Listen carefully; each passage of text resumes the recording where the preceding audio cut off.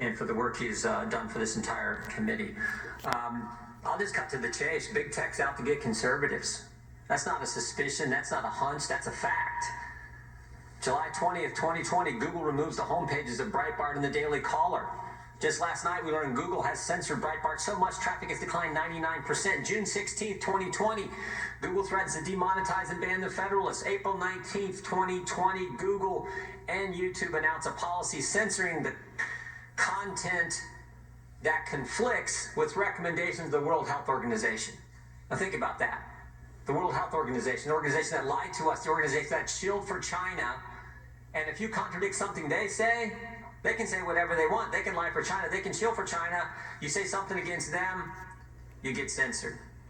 June 29th, 2020, Amazon bans President Trump's account on Twitch after he raises concerns about defunding the police. June 4th, 2020, Amazon bans a book critical of the coronavirus lockdowns written by a conservative commentator. May 27th, 2020, Amazon Smile won't let you give to the Family Research Council and the Alliance Defense Fund, but you can give to Planned Parenthood.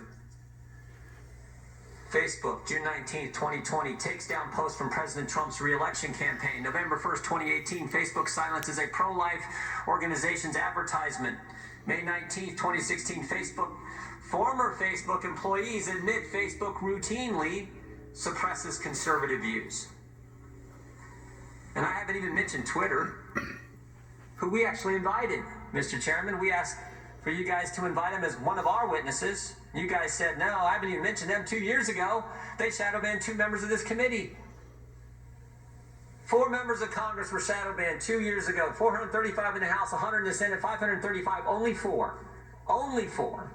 Gates, Meadows, Nunes, Jordan. Only 4 get shadow banned. And of course, what did Mr. Dorsey tell us? He said, oh, it was just a glitch in our algorithm. I asked him, what'd you put in the algorithm? The names Gates, Meadows, Nunes, Jordan? I mean, if I had a nickel for every time I heard it was just a glitch, I wouldn't be as wealthy as our witnesses, but I'd be doing all right. We've heard that excuse time and time again. May 28th, Twitter censors President Trump's tweet on the riots in Minneapolis. May 29th, 2020, Twitter censors the White House for quoting the president's comments about the riots in Minneapolis. June 23rd, 2020, Twitter censors the president again for saying he'll enforce the rule of law against any autonomous zone in Washington, D.C. You can tweet all you want about the autonomous zone that happened in Seattle, but the president tweets that he's not going to have one in Washington, D.C. Nope, can't do that. You get banned, you get censored. Dozens of examples. Oh, I forgot one. Just last week, July 21st. Here's what Twitter did. The leader of Iran, the Islamic Republic of Iran, this is from the largest state sponsor of terrorism. Twitter allows this tweet, quote, the Islamic Republic of Iran will never forget the martyrdom of Soleimani and will definitely strike a reciprocal blow in the United States. So you can threaten the citizens of this great country, the leader of the largest state sponsor of terrorism, that's just fine. But the president says he's not going to allow some autonomous zone in D.C. and he gets censored. All kinds of examples, most of them from this year, and that's what's I think critical for us all to understand. Most of them from this year and election year. And that's what concerns me and so many Americans, because we saw what Google did in 2016. We all know about the email the day after the election where top executives at Google email chain where they talked about the silent donation Google made to the Clinton campaign. Now, thank goodness it wasn't enough, and in spite of their efforts to help Clinton, President Trump won.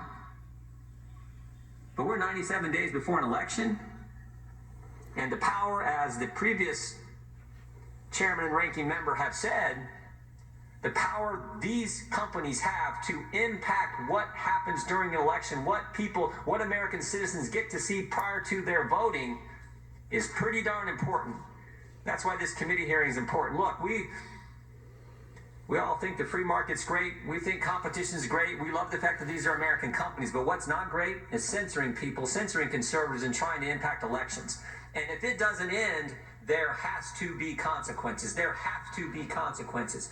That's what I'm concerned about, and I think what so many Americans are concerned about. So I look forward to hearing from our witnesses, Mr. Chairman. And before I yield back, Mr. Chairman, we have a colleague. I would ask unanimous consent that Mr. Johnson, the ranking member of the Constitution Subcommittee, be allowed to participate in today's hearing, which is our customary practice for subcommittee hearings. The gentleman makes a unanimous consent request. Mr. Chairman, I would object. Objection is heard. And now have the pleasure Mr. Chairman, of introducing today's why are we not allowing? It is customary. Jordan, there was a unanimous consent request. Objection was heard, and now we'll introduce our witnesses. This has never happened. It is now my pleasure Never to happened in introduce the Judiciary today's Committee. witnesses. Our first witness is Jeff Bezos, the Chief Executive this is- Officer. Mr. Jordan, I have the time. But this is the ranking Our member first of the Congress. witness- We're talking about people's liberties. We have the Mr. ranking member. Jordan, you made a unanimous consent request. Objection was heard. Those are our rules. Objection was. It is now my by pleasure the- to introduce today's witnesses. by the Mr. Our first Law witness is professor. Jeff Bezos.